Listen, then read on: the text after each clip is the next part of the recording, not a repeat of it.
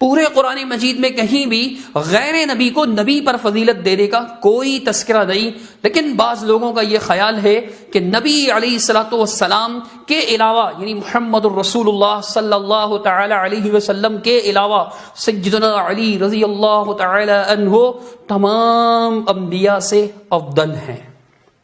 آپ ان کا یہ دعویٰ ان کی زبانی سن لیجئے، کمیل مہدوی صاحب بیان کرتے ہوئے کہتے ہیں۔ اہل تشیع سے یہ سوال کیا جاتا ہے کہ مولا علی علیہ السلام کو وہ سرکار ختمی مرتبہ صلی اللہ علیہ وآلہ وسلم کے علاوہ باقی انبیاء سے افضل سمجھتے ہیں، اس کی وجہ کیا ہے؟ کہ کیسے ہو سکتا ہے کہ کوئی شخص کے جو نبی نہ ہو وہ انبیاء سے افضل ہو جائے؟ اس کے مختلف جوابات ہیں، ان میں سے دو مختصر سی باتیں۔ پہلا یہ کہ تفسیر ابن کثیر میں سورہ مبارکہ آل عمران آیت نمبر 61 مشہور آیت آیہ مباہلہ کی ذیل میں یہ روایت ہے کہ حضرت جابر ابن عبداللہ انصاری فرماتے ہیں کہ انفسنا و انفسکم، اس منزل پر حضور امیر المومنین علی ابن ابی طالب علیہ السلام کو اپنا نفس بنا کر ساتھ لے گئے۔ نفس کا مطلب عربی زبان میں وہ خود، مائی سیلف، میں اردو میں بھی کہتے ہیں کہ میں بنفس نفیس وہاں موجود تھا۔ نفس کا مطلب یہ ہوتا ہے کہ انسان جو انسان سے بہت قریب ہو اس کو انسان اپنا نفس قرار دیتا ہے۔ سرکار ختمی مرتبت کا امیر المومنین کو نفس رسول بنا کر مباہلہ کے میدان میں لے جانا، یہ خود اس بات کی دلیل ہے کہ جو کچھ سرکار ختمی مرتبت کو حاصل تھا، علی مرتضیٰ ان کے اتنے قریب تھے کہ وہ نفس رسول کو بھی حاصل تھا، اور سوائے اس کے کہ جسے رسول خود استثناء کر دیں۔ رسول نے صرف ایک چیز کو استثناء کیا، فرمایا کہ یا علی انت منی بمنزلۃ ہارون من موسیٰ الا انہ لا نبی بعدی، کہ میرے بعد کوئی نبی نہیں آنے والا، تم نفس رسول ضرور ہو لیکن تم نبی نہیں ہو۔ اس بات کا استثناء خود سرکار ختمی مرتبت نے فرما دیا۔ اسی مسئلے پر گفتگو کرتے ہوئے ان کے ایک اور ذاکر نقوی صاحب جو ہے وہ بیان کرتے ہوئے کیا کہتے ہیں، سن لیجئے کہ علی کو اللہ نے نبی جیسا بنایا ہے۔ فمن حاجك من بعد ما جاءك من العلم فقل تعالوا ندعو ابناءنا وابناءكم ونساءنا ونساءكم وانفسنا وانفسكم ثم نبتهل ونجعل لعنة الله على الكاذبين۔ جب دلیل آ جانے کے بعد تمہاری بات نہ مانے ہیں میرے نبی، تو ان سے کہہ دو کہ کل تم اپنے بیٹوں کو لاؤ، ہم اپنے بیٹوں کو لاتے ہیں، تم اپنے بیٹوں کو لاؤ، ہم اپنی عورتوں کو لاتے ہیں، تم اپنی عورتوں کو لاؤ، ہم اپنے نفسوں کو لاتے ہیں، تم اپنے نفسوں کو لاؤ، ثم نبتہل، اس کے بعد مباہلہ کریں گے، وَنَجْعَلْ لَعْنَةَ اللَّهِ عَلَى الْكَاذِبِينَ، اور ہم اللہ کی لعنت کو جھوٹوں پر بھیجیں گے۔ لعنت اللہ کی ہے، بھیجیں گے اہل بیت۔ جناب فخر الدین رازی، جناب فخر الدین رازی ہمارے سنی بھائیوں کے بڑا معتبر نام، وہ کہتے ہیں علی کا کمال یہ ہے کہ اللہ نے علی کو نبی جیسا بنایا، نفس پیغمبر۔ دو حدیثوں کے بعد آیت سنا رہا ہوں جی، نبی جیسا، تو آپ خود بتائیے ہمارے نبی انبیاء سے افضل تھے یا نہیں؟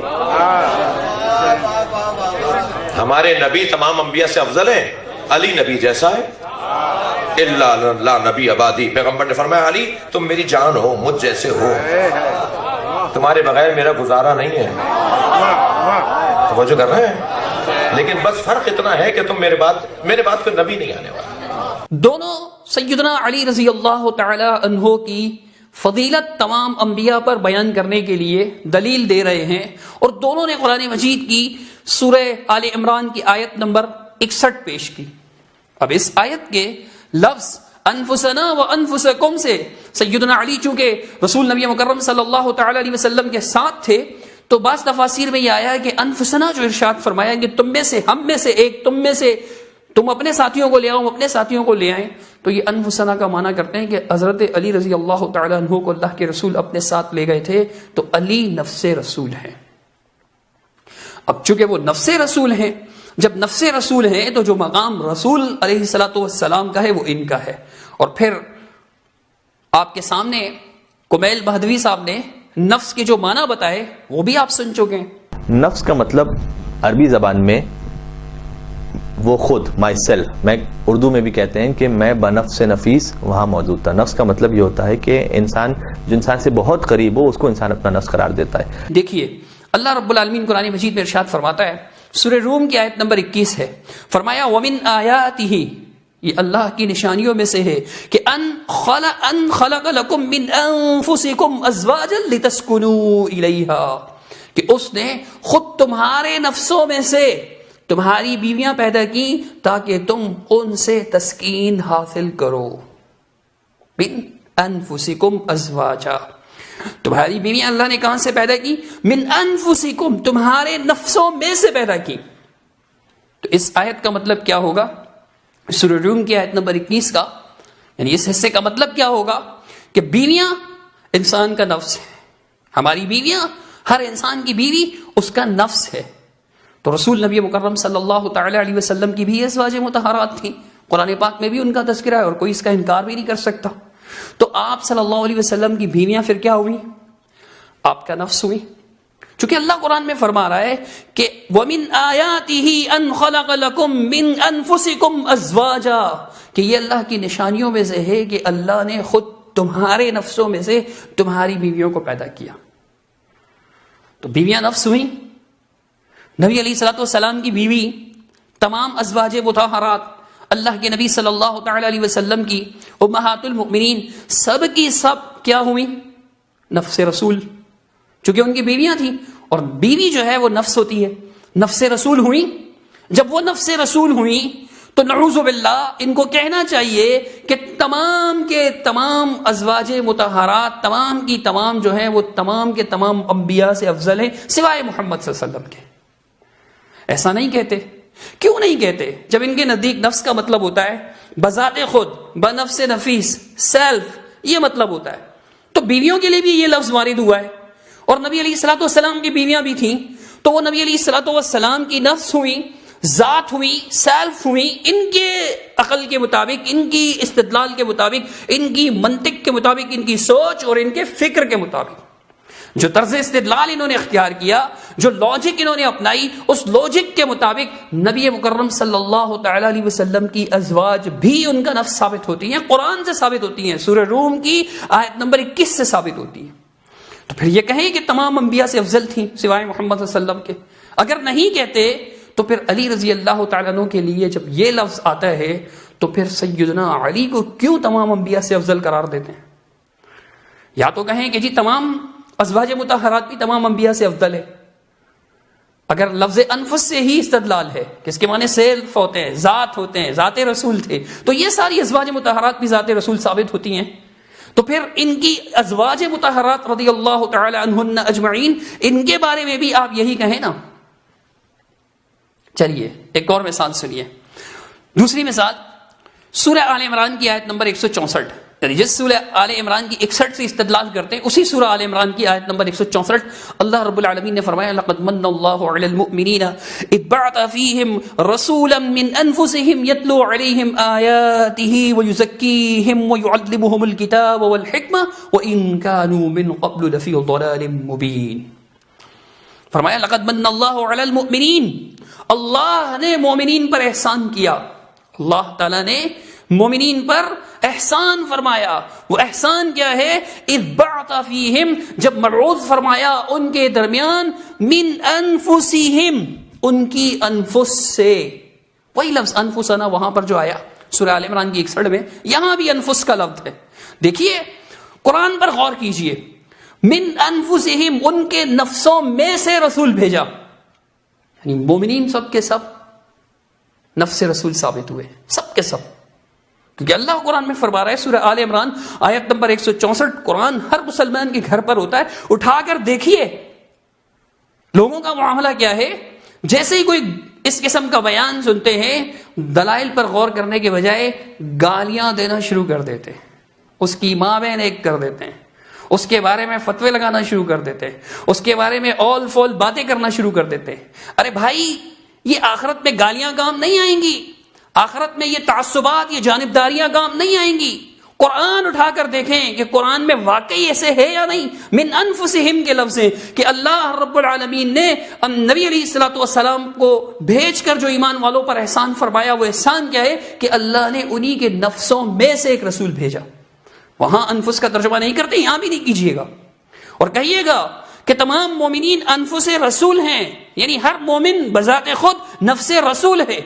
جب وہ نفس رسول ہے، صرف اسی آیت میں نہیں، سورہ توبہ کی سیکنڈ لاسٹ آیت میں بھی اللہ رب العالمین نے اسی بات کو بیان فرمایا. اللہ رب العالمین نے ارشاد فرمایا کہ لقد جاءکم رسول من انفسکم عزیز علیہ ما عنتم حریص علیکم بالمؤمنین رؤوف الرحیم. فرمایا کہ لقد جاءکم، تحقیق یقیناً بلا شبہ تمہارے پاس ایک رسول آئے، من انفسکم، تمہارے نفسوں میں سے، عزیز علیہ ما عنتم، تمہارا مشقت میں پڑنا ان پر گرا گزرتا ہے، حریص علیکم، تمہارے معاملے میں بڑے حریص ہیں اور مومنین کے ساتھ بہت زیادہ شفقت برتنے والے اور بہت زیادہ رحم کرنے والے ہیں. لقد جاءکم رسول من انفسکم، رسول آئے تمہاری انفس میں سے.